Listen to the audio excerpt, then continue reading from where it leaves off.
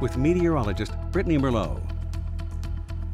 It was another well above average warm day where we were above freezing as we hit a high of 33 degrees. Take a look at Nebraska and Kansas, though, into the 60s.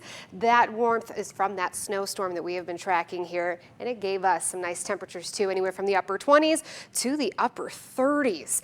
Now things are going to be changing, though. You can see that cold air already starting to surge in, making its way into Sioux Falls, and the wind chills are even more crisp. Marquette and Fargo sitting into the single digits is what it feels like outside right now, and you guessed it, that is headed right here towards us into northeast Wisconsin. So today we saw this low pressure swing by, brought us some snow showers, also some lake effect into Door County, and it's going to bring that cold snap as well. So here's the winds. It's already happening. They're out of the north up to 15 miles per hour. We're going to feel gusts into the mid 20s to even the low 30s as we cruise through the rest of tonight, overnight, and through tomorrow as well. So as you step outside tonight, pretty comfortable still, ranging from the upper 20s to the upper 30s still. We haven't fallen much, but you could tell that the winds are starting to gust, and it's feeling like the teens up into the Northwoods and northern Door County as well. So that's going to hit us all. We are looking at cloudy, overcast skies. The light flurries have wound down and stopped. Notice Marquette is starting to get some lake effect snow from that cold snap.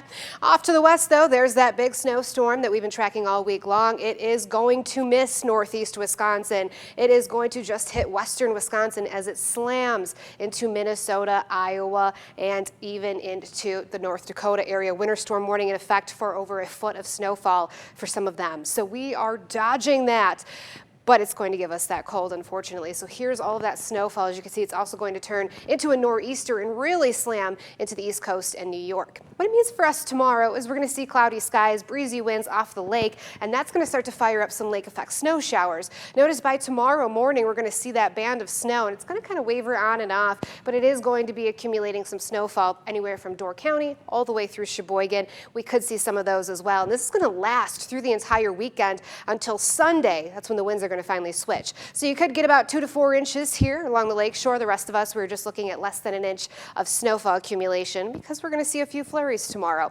But overall, this cold snap, look what's happening as we cruise through this weekend. Now we're going into Saturday morning. Now we're going into Saturday afternoon.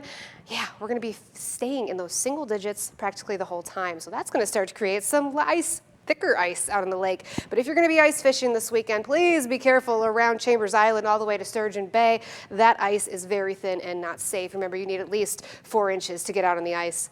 I'd wait for a whole lot more. No ice is ever safe. Keep that in mind. So, of course, we have another system that wants to hit us. This one arriving on Tuesday. It's looking at we could get anywhere from 2 to 5 inches of snowfall there. Hopefully that one tracks on because we want some snowmobile trails to open, right? Temperatures tonight, like I said, cold snap here, falling down to the single digits. Tomorrow, highs in just the teens. Doesn't sound too bad, except for the winds are still going to be blustery, so it's going to be feeling more like the single digits below zero there. So as we take a look at the rest of the week, we start to warm up Sunday night late. Then we'll start to feel those 20s throughout the rest of the early week next week. And then yet again, after that snowfall on Tuesday, another cold snap strikes us Wednesday and Thursday. Hard to believe that it's that cold and the ice still isn't thick enough quite yet. We'll have to wait a little bit longer, I guess. Yep. All right, Brittney, thank you. You're welcome.